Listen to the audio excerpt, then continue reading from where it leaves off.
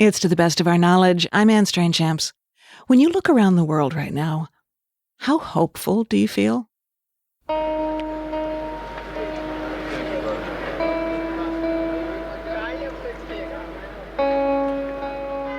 When I first got a job, it was teaching at Yale Divinity School. And that required doing some travel to do research and also talks. This is Andre Willis. He's a philosopher of religion at Brown University. And what I began to see was suffering and despair were sort of much more noticeable than they had been. I lost my job. It happens. It happens to the best of us, unfortunately. I felt like the U.S. and even globally when I did foreign travel had levels of suffering and psychic challenges that felt like they needed real help. Live in hope. Everybody deserves a second chance. Sometimes 3, 4, 5 second chances. And, it's not easy. Homeless people in San Francisco and L.A., finding people under tents in bike trails in Austin, New York panhandlers. I have holes in my tent, but I'm not worried about that. God has me. He supplied a way for me to wash some of my clothes, what I really needed to get wet and dry. He gave me time enough. Like, here I am in need, vulnerably asking you to donate some change to me. But I recognize that it's not going to do much for me. The social worker system doesn't work. There's too many of us out here. At the same time, there's a real push to dumb down hope. I want to talk to you today about staying full of hope. Advertisements, popular sermons, figures like Joel Osteen. But you need to hear these words. The tide is coming back. Even Oprah features this book, The Secret, on her program. You are responsible for your life. This American idea that if I just believe it, If you're sitting around waiting on somebody to save you, if I hope for it enough, to fix you, to even help you, I can shape my destiny, I can attain it. you are wasting your time. I reject that approach to hope. I say we think about it differently. Hope means the ability to still be here, best futures fighting. Hope right there in your face at the Hope, moment. optimism, happiness. Hope works. Hope is essential. Hope rises. She always does. Welcome to Hope, a 3-part series from To the Best of Our Knowledge. Episode 1, Where does it come from? How does hope rise? In dark times and uncertain futures, what sparks hope? Hope is connected to faith. Of what use is love if the situation is hopeless? Let's do hope. So this is maybe an odd way to begin, but when our producers said they wanted to do a series on hope, I thought, seriously? 3 hours on a topic that sounds like a Hallmark card? I mean, hope just felt so bland, trite, dumb. But then I talked with Andre Willis, a philosopher of religion, and he agreed. I think that is the case. Like, people are getting sick and tired of hope speech because they hear it so much. We're becoming saturated with this keep hope alive, There's hope even if you're hopeless, right? This is a moment to hope against the odds. But it's become so superficial that it's meaningless. Andre thinks there are actually 2 kinds of hope: deep hope and shallow hope. Shallow is the familiar kind. I hope my career is successful. My kids do well in school. I hope my pizza comes soon. But we're forgetting the deep hope. Andre says it's harder to find. Wow, you're describing this paradox where we're talking more and more about hope and feeling less and less of it. Well, yeah, we're feeling less and less of the kind of deep hope that I'm after, but maybe we're being more and more compelled by this idea that hope is just a kind of belief. And if you have enough of it, you can attain this future object. So I think it might work for some. At least it can work for some time. But there's always this confrontation with the tragic, that is, this facing of the ultimate.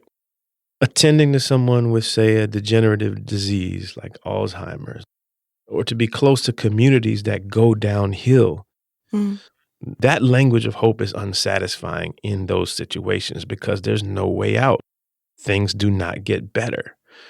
Watching folks in those situations has taught me that it's a deeper relation to the present is the kind of hope I might be happy with thinking about. Mm. And that's what I call the deep hope. Can you help me understand that more? For instance, you described some situations caring for somebody with Alzheimer's or somebody with another degenerative disease. Have you had that experience yourself? Well, no, I've come close to a lot of folks who are dying in my service as a family member and as a minister. I used to be a minister in a Baptist church. So I've been around death, buried folks and married folks. What I learned from those experiences is that deep hope might be as simple as forms of togetherness. That is, people and communities still come together. Whether they can improve the situation or not is not the question.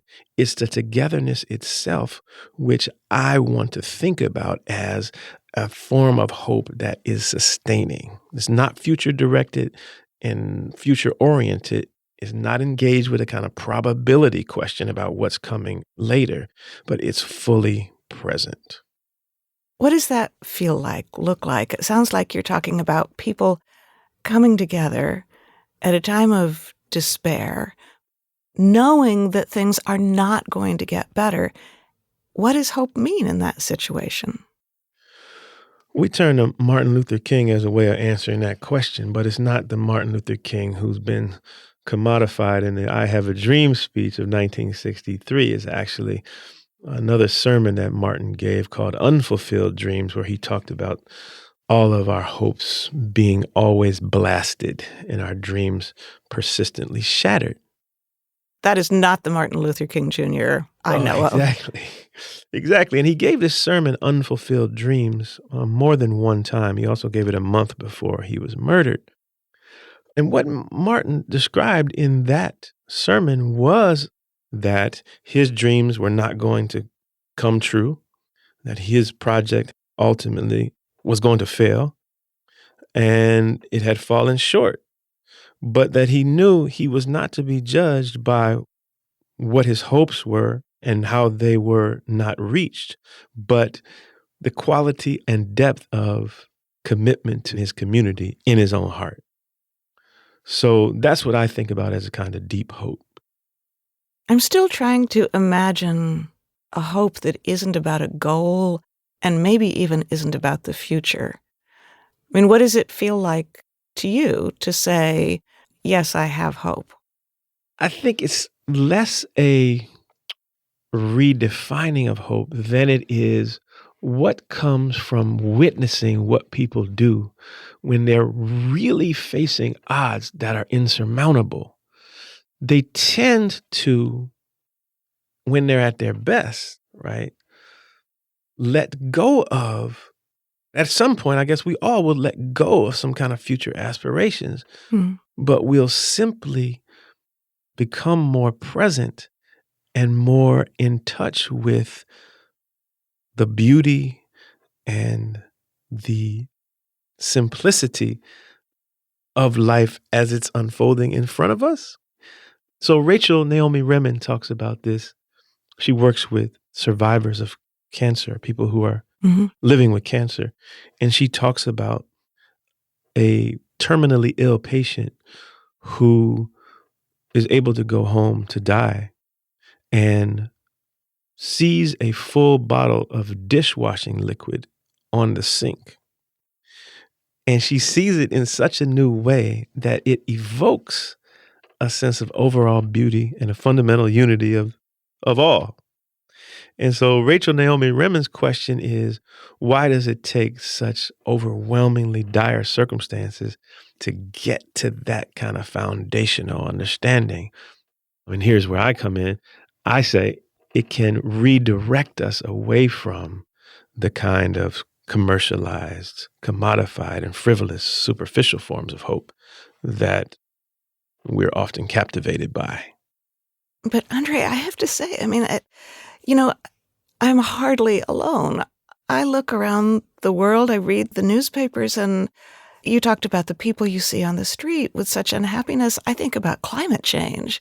I think about my children and whether they're going to have much of a future. And I think of all those people massed at the border, desperate to get somewhere.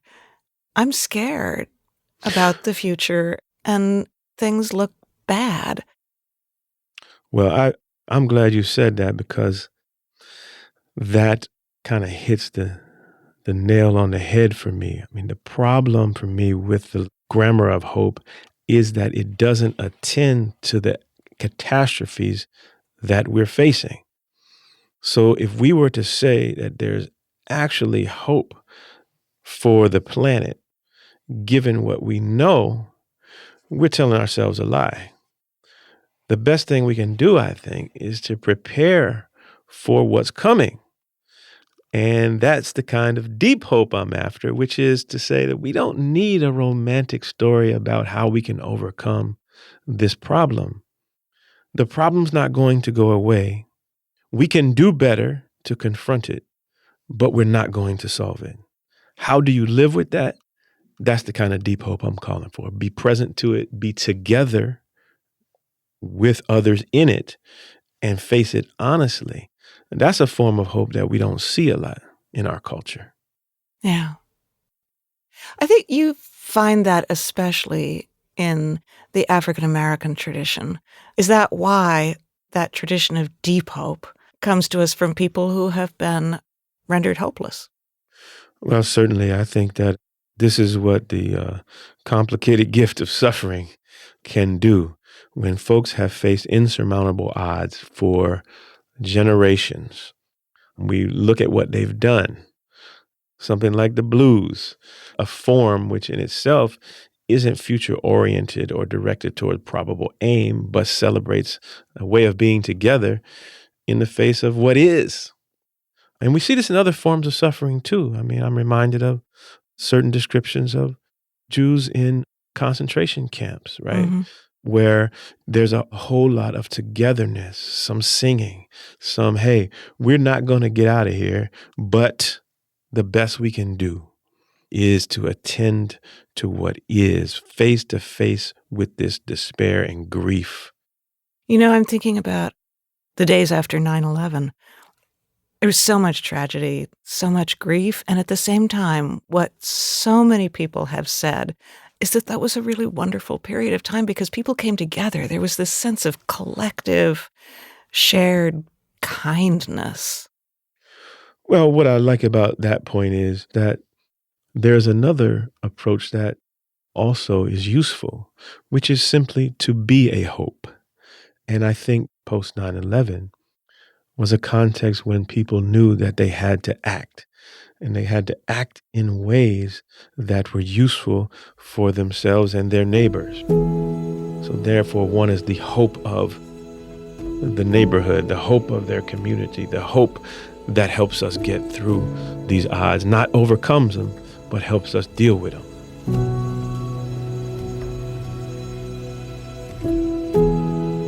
Andre Willis is a professor of religious studies at Brown University. He writes about the Enlightenment, hope, and African American religion.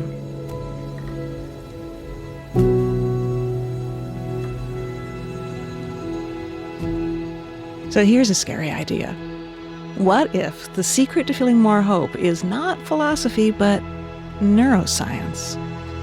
And what if someday a doctor can hook you up to a nifty device and say, look,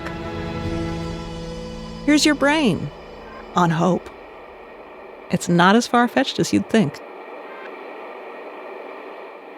They put a little electrode through the scalp, and they target an area in the brain called the rostral anterior cingulate cortex that is in your frontal part of your brain.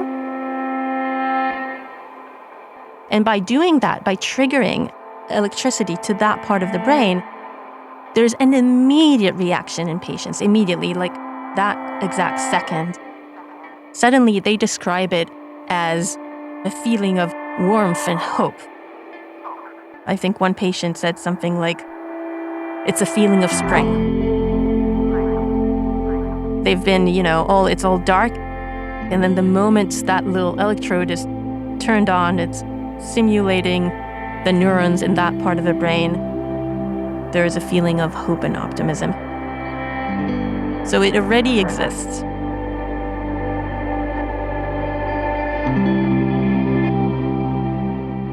Sounds good to me. Stick around. More hope is on the way. I'm Anne Strainchamps. It's to the best of our knowledge from Wisconsin Public Radio and PRX. We started this hour talking about how hard it can be to hold on to hope, especially today when there's so much to worry about. But maybe we don't have to work so hard at it, because it turns out we are hardwired for hope and optimism from birth. Tali Sharot is the neuroscientist who's best known for discovering our brain's optimism bias. She started out looking at the brain system we use to store memories. And then she discovered that we use the very same system to imagine the future, which we do a lot of. So Tali tried asking people to imagine bad, terrible futures. She told Steve Paulson it did not go the way she thought at all. When I started my experiment, something unexpected happened, which is people kept taking the events that I was telling them to imagine, and they were turning them to something positive. So, for example, I would say, imagine the breakup of a relationship. And someone said, I broke up with my girlfriend, and then I found a better one. So this was quite upsetting because it ruined my experiment. Although you might have drawn some comfort from the way these people were responding. Because I was going to see what happens in the brain when you imagine these negative events, but people were reluctant to imagine them, so that was no good. And at the end, I thought, well, actually, this is perhaps more interesting than what I started out investigating. And I looked into the literature about this thing called the optimism bias, which is a tendency of people to imagine the future as being better than the past and the present. It wasn't known where this is coming from, what's underlying it, what are the cognitive or neural mechanisms that generate this optimism bias. And that's how I started trying to figure out where it's coming from. How is it happening? So how is it happening? Well, one key insight that we had from our research is that people tend to learn less from negative information, unexpected negative information, than unexpected positive information. So, for example, if I tell you you're less likely to have cancer than you thought, so I give you positive news, you're more likely to take that positive information in and change your beliefs. But if I tell you you are more likely to have cancer than you thought, so this is bad news, you're less likely to listen. And when we looked in the brain, what we could see is that parts of our frontal lobe, in the front of our brain, we could look at the activity there and we could see that there was not as precise and good, I would say, encoding of this negative information versus positive information. Are you saying the brain is hardwired to be hopeful? Well, whether it's hardwired is a tricky question. On the one hand, we believe that humans, yes, have evolved to be optimistic. The reason that we believe that is that we see optimism bias in different individuals, in different cultures, and also in non-human animals. There are quite sophisticated designs and paradigms to look at different kind of species, from bees to even pigs and birds, and show that actually they have optimism and positive expectations. So that all suggests that it's something that we have evolved to be, that it's not dependent on a culture. So that would suggest something that you call hardwired. But what we found recently is that, in fact, it's even better than that. So it's not that people are always optimistically biased, but it depends on the context. So in fact, if you put them in dangerous situations and you put them under stress, they suddenly become hypervigilant to the negative. and they no longer have an optimism bias. And this can happen within minutes or within seconds. You can see this in evolutionary terms. If our ancestors were out on the savannah and a lion approached them, you Right. you want to have that stressful reaction. You want to see danger. Exactly. And so the brain has this little trick. It changes its optimism bias. Why is that a good thing? Well, if you think about it, the consequence of having an optimism bias, and we haven't even defined what an optimism bias is. Right. So an optimism bias is the tendency to overestimate the likelihood of positive events happening in your life, such as professional success or having talented kids or having a happy marriage, and underestimating the likelihood of negative events, such as divorce, cancer, accidents. And so you can think, well, why do we have the optimism bias? Is it good for us? Is it bad for us? If you do have these positive expectations, well, that actually is related to better mental health. Anxiety is reduced. That's good. It's also related to better physical health. Turns out that people who have positive expectations live longer and get over illnesses quicker. Again, because you have less stress, that's good for your physical health, but also because people think, I'm going to do okay because I'm going to make it okay. It's much easier to go out and chase after goals if you believe you can meet those goals rather than if you think, oh, I'm never going to be able to do that. Absolutely. If I wake up in the morning and I say, well, my projects are not going to work out, then I just stay in bed and I don't try, right? So it becomes a self-fulfilling prophecy because it determines our actions. But on the negative side, you can say, well, if you underestimate negative events, you're underestimating risk. This is no good, right? You might not go to medical screenings when you need to. You might not buy insurance. You might not take precaution. So some people say that the 2008 financial collapse is related to an optimism bias where people were underestimating the dangers of the financial market, and that led to the collapse. So these are the dangers. Now, you're using the word optimism. Does that mean the same thing as hope to you? Not quite. So hope is what you want to happen. Optimism is the belief that what you want to happen will happen. And the optimism bias is the error that we make, is believing that it's more likely the things that we hope for are more likely than they actually end up being. Now, you say that 80% of people are naturally optimistic, which I have to say is a huge number. Yeah, so that number comes up again and again and again. Every experiment, every survey, any way you look at it, it's always 80-something%. The studies show that most of us are mildly optimistic. But this mild optimism, on average, is not a bad thing. Optimists tend to also be happier. One thing that really affects our happiness is not necessarily what we're doing in the moment, but what we believe will happen in the future. So if I think this weekend I have plans for a great ski outing or something, well, that will affect my happiness today. You're basically suggesting it's probably good for us to be slightly deluded about the way things really work. Absolutely. We find that people that do not have optimism bias, for example, which is an illusion, are ones that are likely to be depressed. So people with mild depression have no bias. That means that sometimes they err on the optimism side, sometimes they err on the pessimism side. On average, they don't have a systematic bias. But those with severe depression have a pessimistic bias. That means that they tend to expect the future to be worse than it ends up being. I've heard some psychologists talk about a set point of happiness, that people basically have a limited range in how much they can actually change their natural tendency to be happy. And I'm wondering if that's also true for optimism. Or, if you want to be more optimistic, can you actually kind of boost that level that you have? Mm-hmm. It's very difficult, but some scientists suggest that it is possible. So, for example, Martin Seligman has studies where he actively tries to boost optimism in individuals who are not optimistic. These are normally people who have some form of depression. His training is mostly about how you interpret events. So optimists tend to interpret positive events as related to them personally. So, for example, if you're an engineer and you did a project at work and it worked really well, the optimists tend to say, oh, this worked well because I'm really good at math. I'm a really good engineer. And not only that, I'm probably just intelligent in general. And so that means that I'll be good not only in these specific projects, but they generalize it. to many other things in life. And that means that other things in life in the future will, turn out well.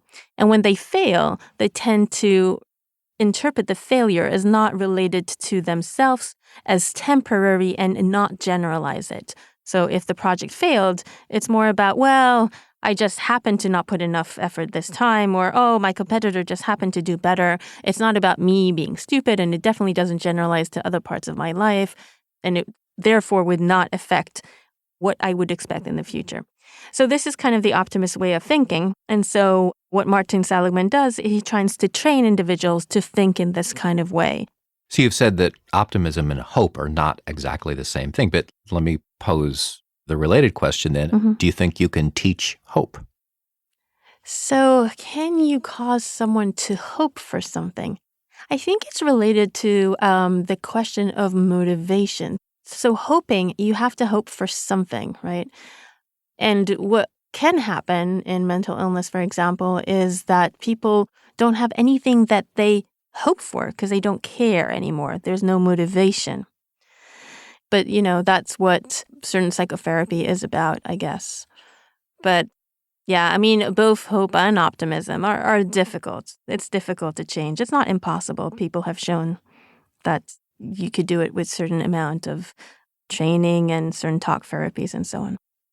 Given this particular historical moment that we're living in, where there is so much political uncertainty and, climate change, a lot of people are feeling despair right now. And I guess I'm wondering if a neuroscientist's perspective can sort of help us think through the despair that so many people feel at this moment. Well, I mean, neuroscience is only part of it. What we study is the human brain, cognition, the human mind. And one thing that has been known for quite a while is that there is a great distinction between public and private. So we have what we call private optimism, which is what we've talked about so far, but at the same time, we have public despair. So we've talked about how people are optimistic about their own life and their health and their marriage and so on, but at the same time, what we find is that people do not actually exhibit optimism about public affairs at all. So you would not see people saying that they're optimistic about their country, the future of their leaders, or even global warming. The question then becomes, why are we so optimistic about our own lives and the lives of our kids and our family, but not optimistic about these global affairs? There's a couple of answers, but one big one is that we tend to believe we have control over our own life, that we can steer the wheel in the right direction, right? And so therefore, we can make it that our life will become better. But we don't feel we have control over these big issues of politics and so on. And so we are not necessarily optimistic about those at all.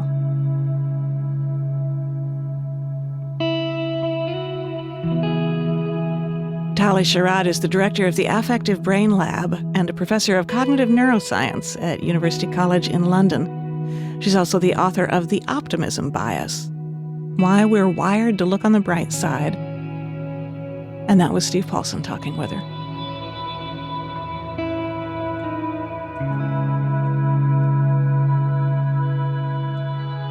I was in Northern California recently in an area that's been decimated by forest fires. It's on the coast near Point Reyes, a spot that is literally on top of the San Andreas Fault. And I was there for a Geography of Hope conference. I met Claire Peaslee there. She's a naturalist, and I asked her where she finds hope. Hope. I've thought about that question quite a lot because hope can be viewed as a delusion or a false medicine, a way of not looking at how things really are, because I'm in a delicate balancing act between excitement and hope and thrill for where we are right now and deep, bleak despair.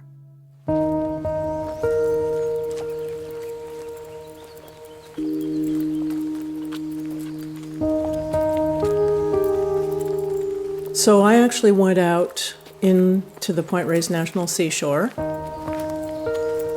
on a solo hike I guess it was in January, late January, to walk with attention to the finest possible detail in the living world around us and let our minds relax, become rhythmic with a landscape. Now we're breathing. Now we're in the light. Now we're in the shade. Our feet are wet or not.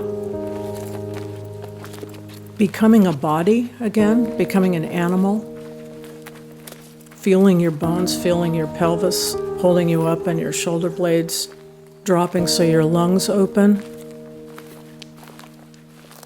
And the pace, the walking pace, the reason why we evolved as an animal species, because we came down out of the trees and started walking on two legs, swinging our arms, eyes straight ahead.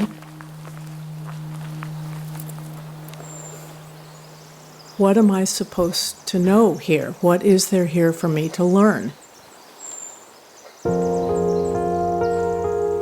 Gradually and repeatedly, an answer just arose. This simple. There are no secrets here. Just put one step in front of the other. Just put one foot in front of the other. We have another kind of intelligence. It comes from the more than human world. The sprouts of new twigs on a willow, or the unfurling of a fern, or insect life. Little hirsute thistles glowing in the sunlight, or a wren tit's song. We're sensing things that are way, way, way down in the earth beneath us, and energies that are in the atmosphere overhead. And if we can drop our identities for long enough to enter into that continuum, we know lots of things. We certainly know how to take care of this planet and one another. We're meant to be joyous, and hope is joy for the future. There's no secret here. You just put one foot in front of the other.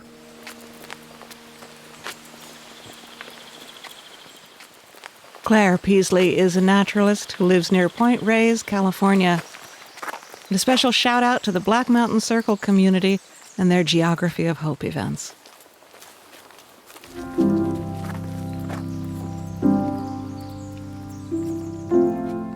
I was excited to hear your program because I think hope is so important. I'm a grandparent. We as grandparents, if we don't have hope, what kind of gift are we giving our grandchildren? I've seen the people that have the most hope tend to have belief in a higher power in their life. The times that I've been hopeless were the times when my mother passed away, and then the hope comes in everyday life. I lecture my friends about it when they get so down about the world, because that's the best gift we can give to the future, is to have hope for it and maintain hope. What about you? Do you have thoughts about hope? You can share them with us. We made it really easy to record your voice. Just go to our website at ttbook.org/hope.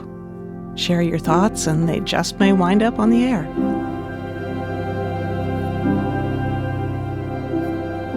Coming up, poet Alice Walker on hope, and why some of the most hopeful, optimistic people on the planet live in Nigeria.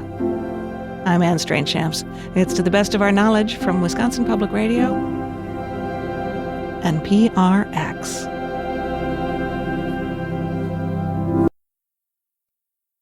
This hour, we're asking the question, where does hope come from? It's the first episode of a 3-hour series on hope from To the Best of Our Knowledge. This is really troubling downfall for all of humanity. Trump versus Putin, China, Russia, missiles, bombs, against Green. My name is Steven Pinker. I'm the author of Enlightenment Now, The Case for Reason, Science, Humanism, and Progress. And my dangerous idea is that today is the best time to be alive in all of human history. We live longer. For most of human history, people could be expected to live no longer than 30 on average. Today, in the developed world, life expectancy is greater than 80, and in the world as a whole, greater than 70. Our life expectancy has gone down. We are better educated. For most of human history, most people were illiterate. So far behind in their education. Now, 80% of the world is literate, and 90% of the world under the age of 90. They have no hope to recover. We have decimated the horsemen of the apocalypse. Famine is down. War is down. America versus Russia. Crime is down. Another mass shooting in America. We enjoy more small pleasures. We can sample Thai food or Mexican food or Vietnamese food even in small American towns. We can access the world's culture and knowledge in a device that fits into a shirt pocket. Our smartphones are making us stupid. If I want to see Casablanca, I don't have to wait years for it to show up in a repertory theater, but stream it on demand. Intellectual property theft. In area after area, life is much better, despite the fact that if you consume news, you might get the opposite impression. The level of faith in news media has tumbled to a new low. The reason I call this a dangerous idea is that so many of our literary intellectuals, our cultural critics, believe and have believed for 150 years that Western civilization is spiraling downward, circling the drain, and will soon collapse of its own decadence. This seems to be a surprisingly popular position among many intellectuals who often see their role as disparaging all the institutions of modernity. Since the benefits that we have enjoyed haven't come out of magic, we have to attribute them to institutions like liberal democracy, like markets that have made us richer and more cooperative, to organizations of international cooperation like the United Nations, which for all of its ridiculous theater has played a role in reducing the number of wars. Even though there's something corny and square and unhip about crediting our institutions, I think they do deserve the credit for the fantastic progress that we have enjoyed.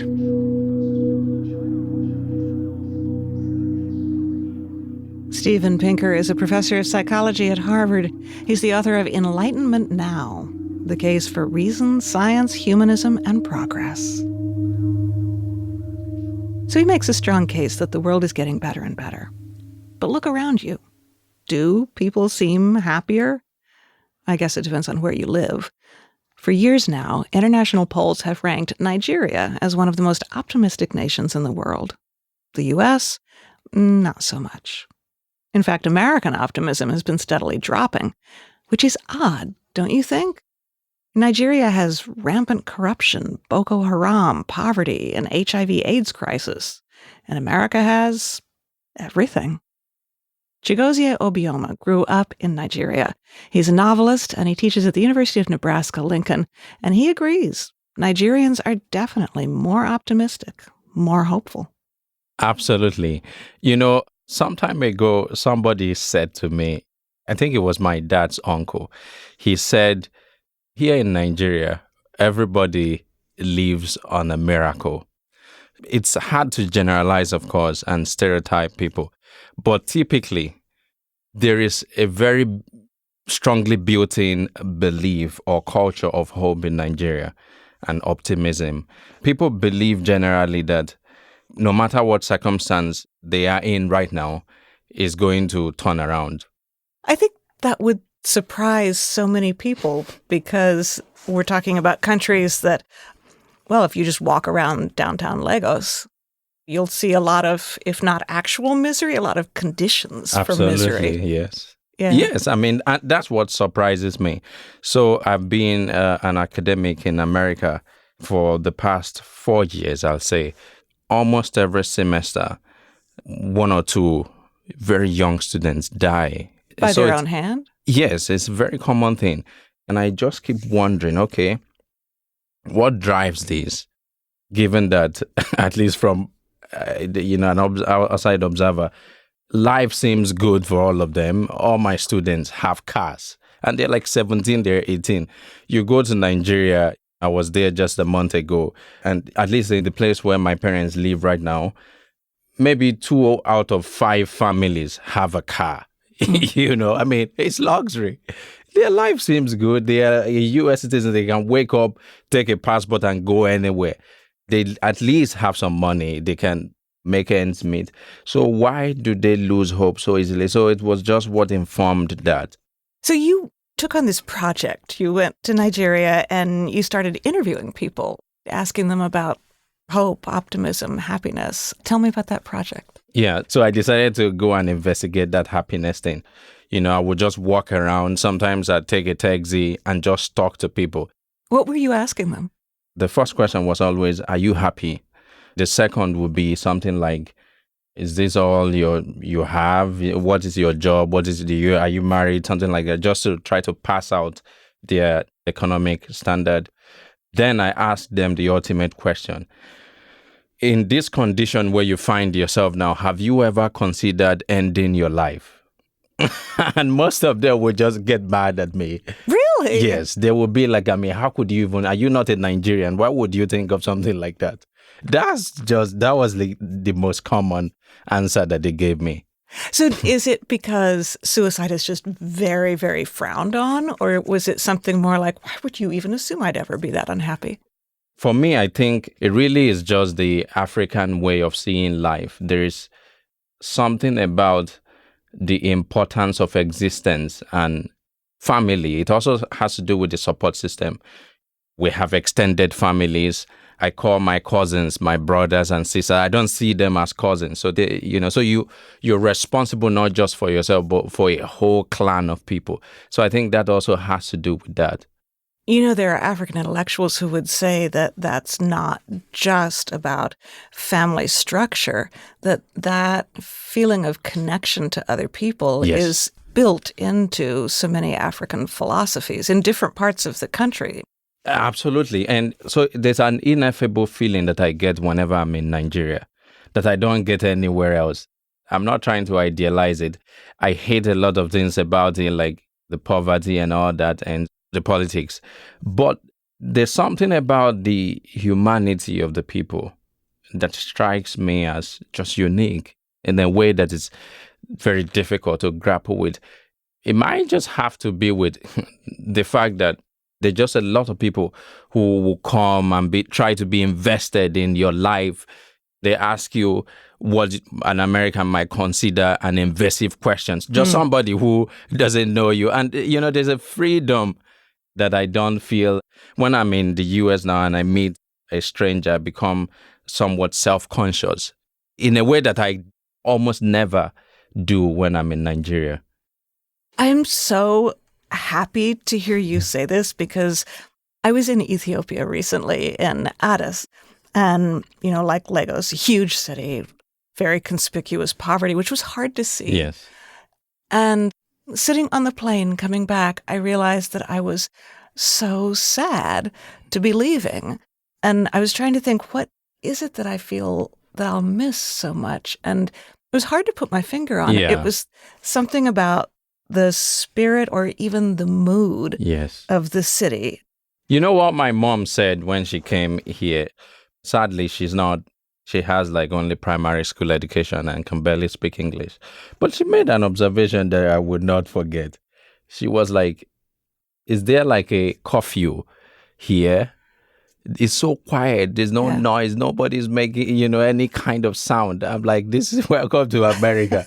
If your neighbor plays a loud music, that's like nuisance. You can even get the person arrested. But if you go to Lagos, the first thing that shocks you is the noise, is the animation, how alive, how loud, how insanely, just like lively and boisterous and loquacious that 1,000 voices are speaking into your head at the same time. It feels more alive. Yeah. people don't radiate as much friendliness here, I think. I don't know. Is that a huge stereotype? No, it's not. You're very right. Though these days, because of the telephone culture, you see, most people are probably always on their phone in Lagos, is one thing I observe. But yeah, growing up, that would be the same, especially in the marketplaces that is teeming with humanity and people. Yeah. In the West, there's always been this terrible attitude post-colonization that the West has everything to teach Africa and Africa has everything to learn from the West. It sounds like what you're saying is, no, it's the reverse. Do you think people here could learn African optimism, or is it too late? I think that there's a kind of a crisis here about that. I don't know exactly what they can learn from Africans, though, because being poor is not a virtue. It's not a good thing. Having a political system that is insanely corrupt is not a great thing either. But I also would wish that there's a sense of hope. There's a student of mine whom I saw her from the moment she first came into my class 2 years ago, that she was going that way. She was always talking about how she's depressed and all that. And I took it upon myself to keep extra contact with her, give her books to read. I just would ask her, write a story, let me read it. Yeah, I'm trying to make her see that she can be a great writer in future and make something out of herself. And I think that has helped her a lot. She tends to be much hopeful, and wanting to have a future rather than just having this bleak perspective that, well, I'm going to probably someday die or something. So I hope that people can learn that. It is needful, I think. Maybe we need Nigerian ambassadors of hope. If you say so. Chigozie Obioma's most recent novel is called An Orchestra of Minorities. He teaches at the University of Nebraska, Lincoln.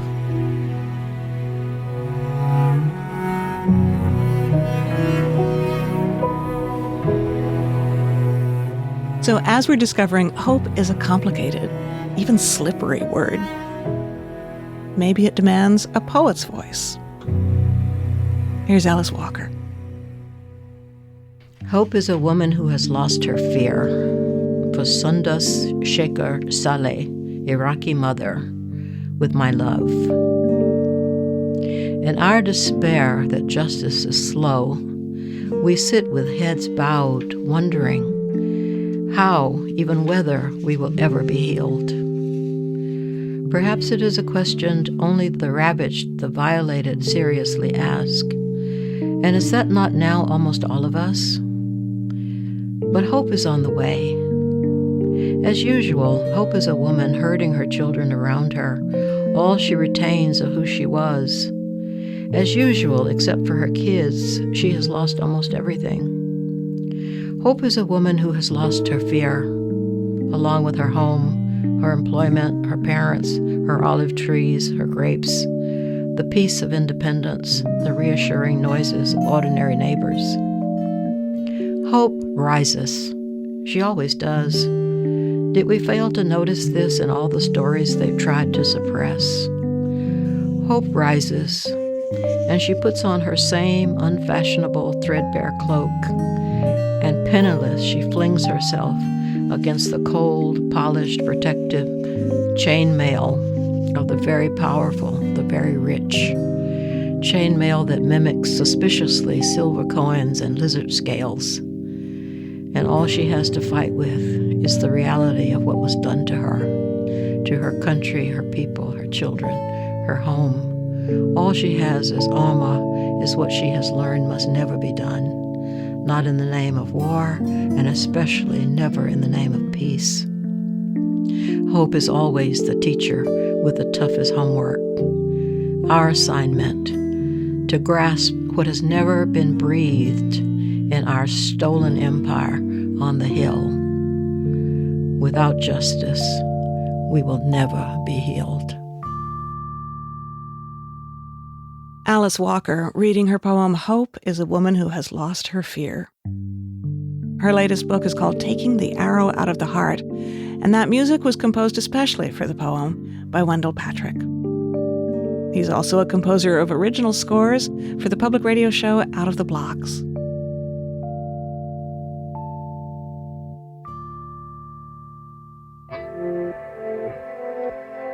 Our special 3-part series on hope will continue, and we'll get practical.